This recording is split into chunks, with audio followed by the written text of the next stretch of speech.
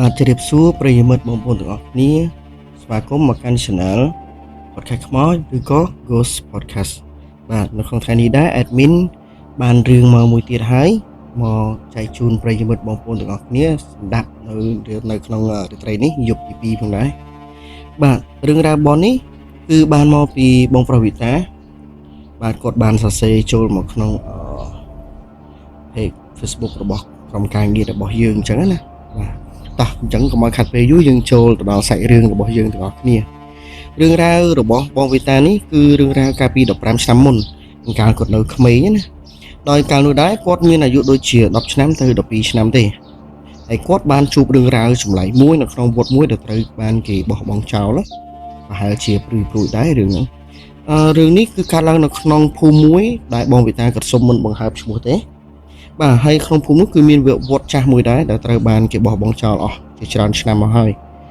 អ្នកនៅក្នុងភូមិនោះគឺមិនហ៊ានសង់លំនៅឋានស្រាកស្រីនៅជិតវត្តហ្នឹងទេពីព្រោះថាវត្តហ្នឹងគឺមានរឿងរ៉ាវចម្លែកជាច្រើនដែលកើតឡើងនៅក្នុងភូមិហ្នឹងអញ្ចឹងណាអញ្ចឹងអ្នកភូមិគេរើផ្ទះពីក្បែរជិតវត្តហ្នឹងគាត់ទៅនៅផ្សេងទៀតអញ្ចឹងណាប៉ុន្តែនៅគឺថានៅក្នុងភូមិហ្នឹងគឺនៅក្បែរវត្តហ្នឹងទេបាទនៅក្នុងពេលនោះដែរគឺបងវិតាគាត់នៅតូចទេហើយពេលភ្លៀងធ្លាក់ឬក៏ពេលមានមេឃភ្លៀងឬក៏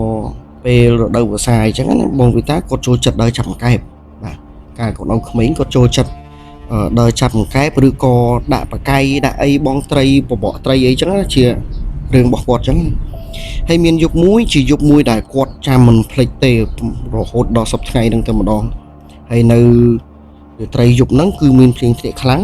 ហើយខាងក្រោយភូមិរបស់គាត់ឬនៅជិតផ្ទះគាត់ហ្នឹងគឺមានវាលស្រែធំល្វឹងល្វើយមកមើលទៅគឺថាដាច់កតុយភ្នែកដែរនៅក្រោយម្ដុំផ្ទះគាត់ហ្នឹងឬជុំវិញភូមិគាត់ហ្នឹងគឺមានវាលស្រែវាអីដោយសារអ្នកភូមិគេធ្វើស្រែធ្វើអីបាទ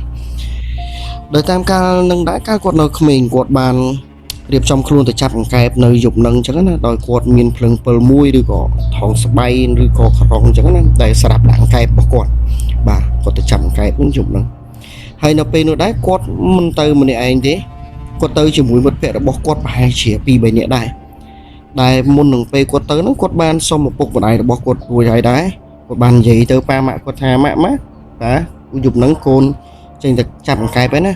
ហើយប៉ាម៉ាក់របស់គាត់ក៏មិនបានថាអីនោះដែរនៅពេលហ្នឹងដោយសារថាពួកគាត់ហ្នឹងដឹងថាបងវិតាកូនរបស់គាត់ហ្នឹងគឺចូលចិត្តដោយចាប់អង្កែបចូលចិត្តបកាយឬរោត្រីសម្រាប់អាហារឲ្យពួកគាត់ធ្វើបរិភោគអីចឹងក៏ដោយសារពួកគាត់នឹងធ្វើស្រែធ្វើចំការដែរទេពេលនោះដែរពួកគាត់ទាំងពីរនាក់ក៏មិនបានហាមកូននោះទេដោយគ្រាន់តែនិយាយថាខ្លួនឯងទៅចាប់អង្កែបហ្នឹងដើរប្រយ័ត្នប្រយែងផងណាឆាប់ទៅឆាប់មកចឹងណាបាទពេលហ្នឹងបងវិតាគាត់ក៏បានប្រាប់ម៉ាក់ប៉ាគាត់រួចហើយគាត់ក៏បានដើរទៅជាមួយមិត្តភក្តិរបស់គាត់ដោយធ្វើដំណើរថ្មើរជើងកាត់តាមភូមិអញ្ចឹងណាហើយពេលគាត់ដើរតាមភូមិអញ្ចឹងទៅគាត់មិត្តភក្តិរបស់គាត់ហ្នឹងក៏បានជជែកគ្នាកំសាន្តតាមផ្លូវរហូតតាមភាសាមិត្តភក្តិយើងអញ្ចឹងណាដើរជជែកគ្នាបលែងគ្នាបាទហើយពេលនោះគាត់ដើរបណ្ដាលហើយគាត់ឈួលកង្កែបបណ្ដាលចាប់ពីភូមិទៅអញ្ចឹងណាបានដើរឈួលមើលតាមភូមិតាមកង្កែបអីអញ្ចឹងពេលគាត់ដើរដូចថាឈួលកង្កែបឈួលអីក៏ចាប់បានកូនកង្កែបឬក៏គេថាបើអ្នកខ្លះគេថាកូនកង្កែបអ្នកខ្លះថាកង្កែបផ្សៅឬអ្នកខ្លះថាកន្លងតនអីចឹងតែគេយកមកធ្វើអញ្ចឹងបាទ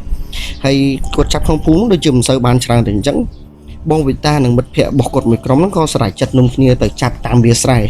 បាទហើយកាលហ្នឹងវាលស្រែហ្នឹងគឺគេភ្ជួរហើយអីដូចថាគេប្រមូលផលហើយម្សាអញ្ចឹងទៅគេអាចនឹងវាយដីឬក៏ភ្ជួរម្សាទៀតអញ្ចឹងណាហើយពេលទៅដល់វាលស្រែហ្នឹងពួកគាត់គ្នាគាត់2-3នាក់ហ្នឹងគឺអត់បានដើរជាមួយគ្នាទេដោយសារខ្លាចផ្អើលអង្កែបអញ្ចឹងណាញ៉ាំចាប់បានច្រើនអញ្ចឹងទៅដើមគ្នាចាប់អីអញ្ចឹងទៅគាត់ក៏ស្រែកចិត្តដើរផ្សេងគ្នាគាត់ក៏ស្រែកចិត្តដូចថាដើរបំបែកគ្នាអញ្ចឹងណាហើយពួកគាត់បាននាំគ្នាដើរចាប់បំបែកគ្នាបានមកស្ទុះដែរហើយបងវិតាគាត់ក៏ចាប់បានច្រើនដែរបាទគាត់ចាប់បានកូនកង្កែបកូនកង្កែបដូចថាកន្លងតនកង្កែបស្រូវអញ្ចឹងគាត់ចាប់បានច្រើនប៉ុន្តែពេលហ្នឹងគឺភ្លៀងហ្នឹងគឺគាត់ចាប់កង្កែបអូបអត់បានទេតែពេលបងវិតាដើរចាប់កង្កែបស្រាប់តែគាត់ក៏លេចឃើញកង្កែបអូបមួយកង្កែបហ្នឹងធំគាត់ថាកង្កែបហ្នឹងធំមែនទែនហើយគាត់ថាគាត់ឃើញគាត់ដេញចាប់អញ្ចឹងណាបាទពេលនោះបងវិតាក្នុងចិត្តគាត់ក៏ថាកង្កែបអីក៏ធំអញ្ចឹងណាហើយមិនតែប៉ុណ្្នឹងទេគាត់ក៏បានគាត់ក្នុងចិត្តថាប៉ុណ្្នឹងតែអញចាប់បានយកទៅឲ្យស្អីឲ្យម៉ាក់អញ ដូចថាឲ្យម៉ាក់គាត់ហ្នឹងដូចថាអាំងឬក៏ធ្វើស្ករជ្រក់ធ្វើអីជីនអីចឹងជាដើមតាមភាសារបស់គាត់ចឹងភាសាគុនក្មេងចឹងហើយបងវិតាគាត់ក៏ដេញចាប់កង្កែបហ្នឹងគាត់ដេញចាប់កង្កែបហ្នឹងតែដេញចាប់អត់បានទេដេញចាប់អត់បានសោះពេលដែលគាត់ដេញចាប់ចុះឡើងរហូតទៅដល់កង្កែបធំនោះគាត់ចាប់បានបាទគាត់ចាប់បានកង្កែបធំនោះនៅកន្លែងទីតាំងមួយតែពេលគាត់ងើបមុខឡើងមកស្រាប់តែគាត់ឃើញចាប់ទៅដល់កន្លែងវត្តអារាមមួយតែវត្តហ្នឹងគឺបាក់បែកទេដូចមើលទៅគឺអត់មានដូចថាសឹងថាមិនមានមនុស្សដែលនៅអញ្ចឹងណាហើយវត្តហ្នឹងគាត់ដែរឃើញទេបាទនៅពេលនោះគាត់យើងឆ្ងល់ដែរតើវត្តណាមកនៅឯកណ្ដាលវាលបែបហ្នឹងអញ្ចឹងណាបាទហើយក្នុងប៉ាវេនហ្នឹងបងវិតាគាត់ក៏មើលឃើញថានៅក្នុងវត្តហ្នឹងគឺមានអ្នកណាទេប៉ុន្តែក៏កលេចភ្នែកទៅអាកន្លែងប្រាសាទណាកន្លែងព្រះវិហារច្រឡំសូមអធិស្ឋានក៏មានលោកគង់ក៏មានលោកមួយអង្គនៅក្នុងប្រាសាទហ្នឹងនៅក្នុងវត្តអារាមហ្នឹងបាទសូមអធិស្ឋានឲ្យដល់ពេលនោះដែរគាត់ក៏មិនបានទៅចាប់អារម្មណ៍គាត់ស្មានថាលោកនឹងមានវត្តនៅកាន់ព្រះភាសាឬក៏នៅចាំវត្តអីចឹងណាបាទគាត់ទៅចាប់មកស្រាប់តែគាត់ចាប់ចោះចាប់ឡើងស្រាប់តែគៀនវិហារបាក់បែកមួយហ្នឹងនៅក្នុងវត្តហ្នឹងពេលហ្នឹងគាត់ក៏លេចភ្នែកឃើញព្រះសង្ឃនៅក្នុងហ្នឹងឯងបាទមុនដំបូងគាត់ប្រឡេកឃើញនៅក្នុងដូចថាក្នុងវិហារអញ្ចឹងតែដល់ពេលគាត់ចាប់ទៅដល់កន្លែងបាក់បែកមួយដូចជាសាលាឆាន់ឬអីអញ្ចឹងណាគាត់ក៏ស្រាប់តែឃើញព្រះសង្ឃហ្នឹងបាទហើយនៅក្នុងពេលនោះបងវិតាគាត់ក៏ឆ្ងល់ថាកន្លែងបាក់បែកប៉ុណ្ណឹងហើយនៅមានព្រះសង្ឃគង់នៅទៀតអញ្ចឹងណាស្រាប់តែកលេចភ្នែកទៅមើលព្រះសង្ឃនោះម្ដងទៀតពេលនោះឲ្យស្រាប់តែគាត់មិនឃើញព្រះសង្ឃនោះទេហើយគាត់ក៏មិនដឹងថាព្រះសង្ឃនោះបាត់ទៅណាដែរនៅពេលដែលគាត់ភ័យស្លន់ស្លោយ៉ាងខ្លាំងនោះស្រាប់តែគាត់រៀបចេញមកហើយគាត់ក៏ឃើញព្រះសង្ឃនោះនិមន្តចេញពីក្នុងវិហារម្ដងពេលគាត់ដើរទៅដល់វិហារណាគាត់និមន្តឃើញព្រះសង្ឃនោះនៅក្នុងវិហារម្ដងតែលក្ខណៈឃើញទឹកហ្នឹងគឺព្រះសង្ឃនោះគឺប្រឡាក់សត្វឈាមស្បង់របស់ព្រះសង្ឃនោះប្រឡាក់សត្វឈាមហើយមុខមាត់របស់ព្រះសង្ឃនោះហើយព្រះភ័ក្រគាត់ហ្នឹងគឺមើលទៅសឹងតែមិនយល់តែម្ដងបាទគឺមើលអត់យល់ទេដូចជាភ្នែកធំហើយសិតតែដង្កូវសិតអីចឹងអូយគួរខ្លាចហ្មងពេលនោះដែរបងវិតាហ្នឹងគាត់ក៏អត់នៅចាំយូរដែរបាទគាត់រត់ចេញពីកន្លែងហ្នឹងតែម្ដងរត់ចេញពីទីតាំងហ្នឹងគាត់រត់ផងស្រែកយំផងរបូតផ្លូវណាពីទីនោះហើយមកភូមិវាស្រែកគាត់ដូចយើងឆ្ងាយដែរគាត់រត់តាមភូមិស្រែកយំផងអីផងឲ្យគេជួយឲ្យអ្នកភូមិជួយគាត់ស្រែកថាជួយផងខ្មោចលោកអីចឹងគាត់រត់ស្រែកពីហ្នឹងហ្មងហើយនៅពេលដែលអ្នកភូមិគាត់លឺសំឡេងបងវិតាស្រែកគាត់ក៏បើកភ្លើងនំគ្នាដូចថាបើកភ្លើងមកមើលចឹងស្រាប់តែពេលហ្នឹង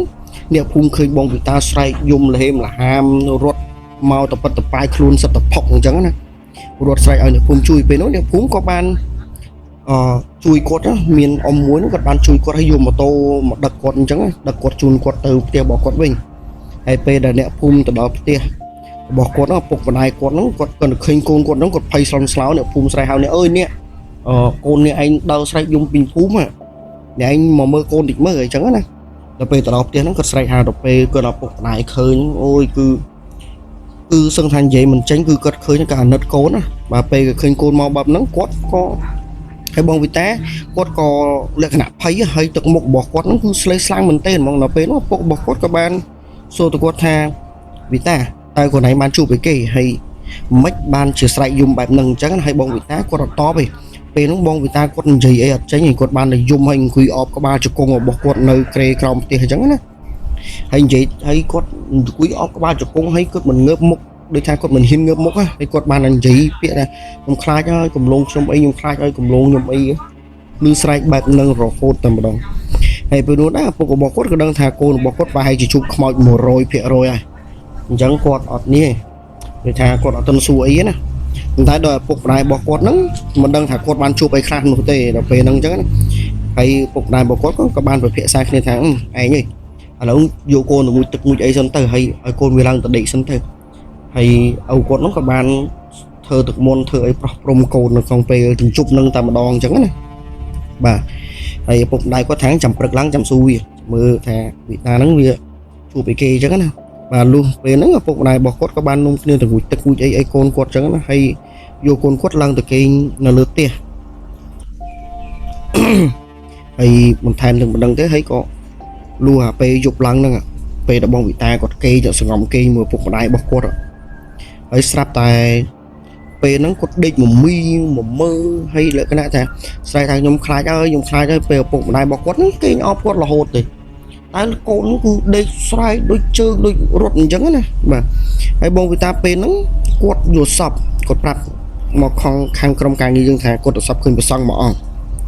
ឈរនៅខាងក្រៅផ្ទះលបងរបស់គាត់ហ្នឹងណាហើយចង្អុលមុខគាត់ពីក្រៅផ្ទះហ្នឹងមកលើផ្ទះតែម្ដងចង្អុលហើយបញ្ចេញនៅស្នាមញញឹមមួយដែលថាស្នាមញញឹមហ្នឹងគឺលក្ខណៈថាស្នាមញញឹមខុសខើមិនមែនស្នាមញញឹមដែលថារាក់ទាក់ឬក៏ជាមនុស្សសាមញ្ញជាស្នាមញញឹមមួយដែលថានិយាយទៅលក្ខណៈថាដូចថាញញឹមបែបដូចថាបែបគួរឲ្យខ្លាចនិយាយចាប់ចឹងមកគឺបែបគួរឲ្យខ្លាចដល់ពេលហ្នឹងបងវិតាគាត់ដេកសពគាត់ភ្ញាក់ព្រឺតហ្មងហើយពុកម្ដាយរបស់គាត់ហ្នឹងក៏សង្ងំអោបកូនឲ្យកូនគេងវិញអញ្ចឹងណាហើយលុះដល់ពេលព្រឹកឡើងឪពុករបស់គាត់ហ្នឹងក៏ហើយនឹងម្ដាយរបស់គាត់ហ្នឹងសួរកូនគាត់ហ្នឹងបងវិតាហ្នឹងថាយប់មិញខ្លួនឯងជួបអីហើយពេលហ្នឹងបងវិតាគាត់ក៏បានប្រាប់ឪពុករបស់គាត់វិញហ្នឹងណាថាដល់យប់មិញហ្នឹងខ្ញុំទៅចាប់កង្កែបពុកដោយរាល់ដងហ្នឹងខ្ញុំដេញចាប់កង្កែបតែខ្ញុំឃើញកង្កែបហ្នឹងវាធំដោយថាកង្កែបអូបពុកឃើញកែបអូបនឹងធំអីខ្ញុំក៏ដេញចាប់ដល់ពេលចាប់ទៅខ្ញុំស្រាប់តែទៅដល់កន្លែងវត្តមួយ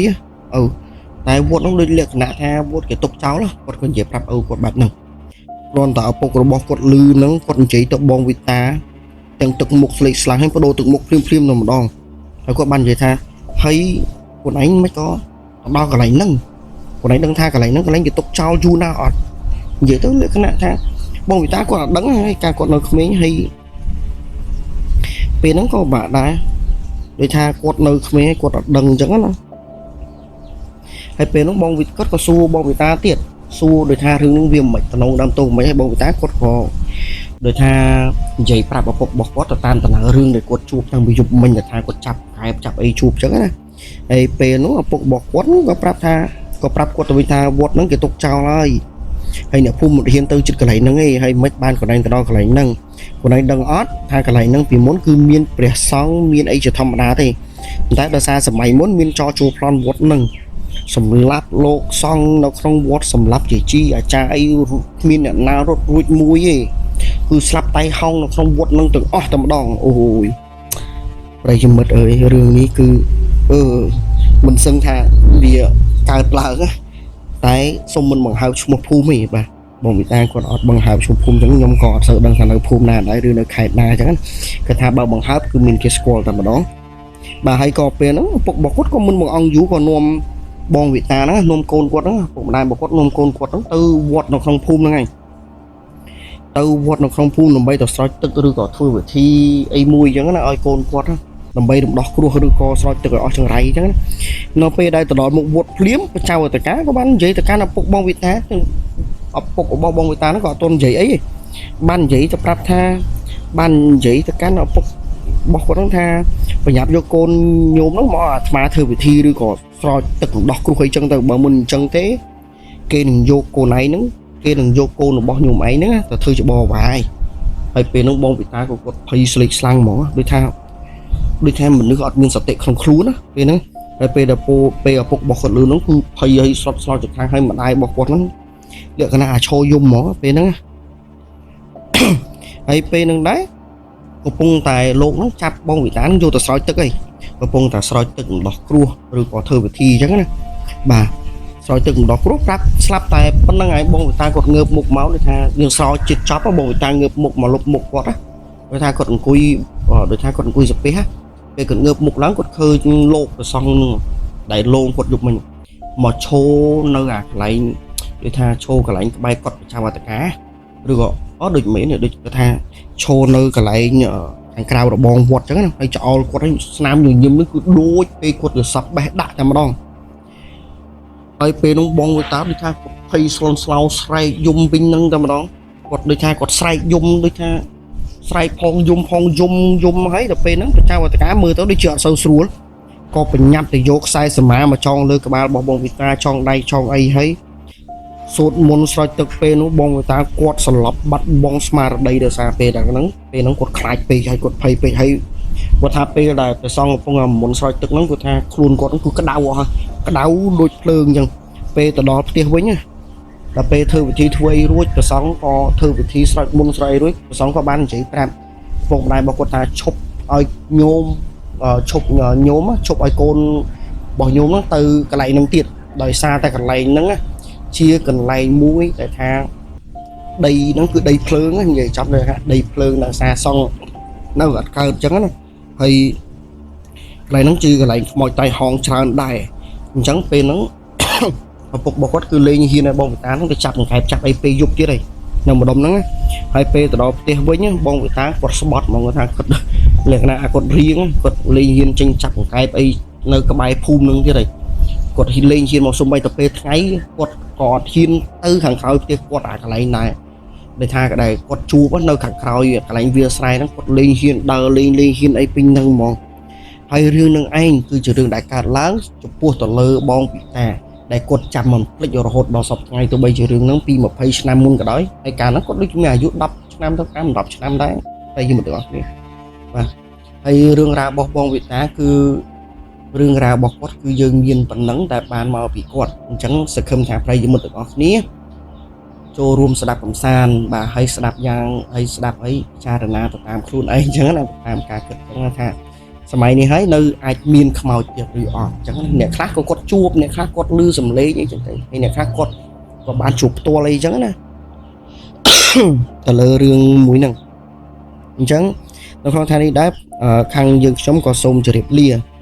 ដល់ប្រិយមិត្តយើងកំពុងស្ដាប់ទាំងអស់គ្នាហើយខាង podcast ខ្មោចរបស់យើងក៏សូមអរគុណសម្រាប់ការគ្រប់គ្រងឬក៏ចូលស្ដាប់របស់វីដេអូរបស់ខាងក្រុមការងាររបស់យើងហើយក្រុមការងាររបស់យើងនឹងព្យាយាមរករឿងផ្សេងៗជាច្រើនទៀតដើម្បីមកចែកជូនទៅដល់ប្រិយមិត្តទាំងអស់គ្នាស្ដាប់កំសាន្តទាំងអស់គ្នាបាទហើយអរគុណសម្រាប់ការ Subscribe ឬក៏ការចូលមើលវីដេអូបាទកុំភ្លេចជួយចុច Subscribe ដាក់រូបកណ្ដឹងផងសម្រាប់វីដេអូថ្មីៗអញ្ចឹងរកកំហុសខុសឆ្គងបែបណាក៏ខាងក្រុមការងារយើងសូមអភ័យទោសទុកជាមុនរកពាក្យពេចន៍មិនសមរម្យអីជាដើមអញ្ចឹងណាបាទហើយខាងយើងនឹងព្យាយាមសម្រួលរឿងឲ្យបានកាន់តែច្រើនឬក៏ព្យាយាមយកស្វែងរកសាច់រឿងដើម្បីមកចែកជូនបងប្អូនយើងទាំងអស់គ្នាបានស្ដាប់កំសាន្តបាទហើយពេលនឹងដែរក្រុមការងារ podcast យើងក៏បានសូម